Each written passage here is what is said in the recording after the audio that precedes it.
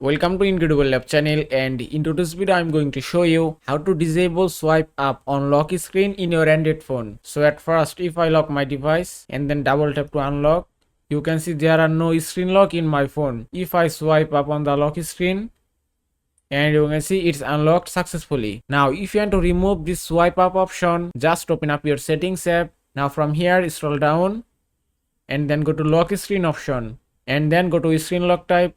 And here you can see three options: pin, password and pattern. You have to choose any option as you want. If I select pattern and then draw a new pattern, then tap on continue, then draw your new pattern again to confirm it, then tap on confirm and it's done, and then tap on done, and that's it. Now if I lock my device again and then double tap to unlock, and you can see swipe up option has been disabled successfully. And that is how you can disable swipe up on lock screen in your Android phone. I hope this video was helpful. If it was, please give it a thumbs up and don't forget to subscribe.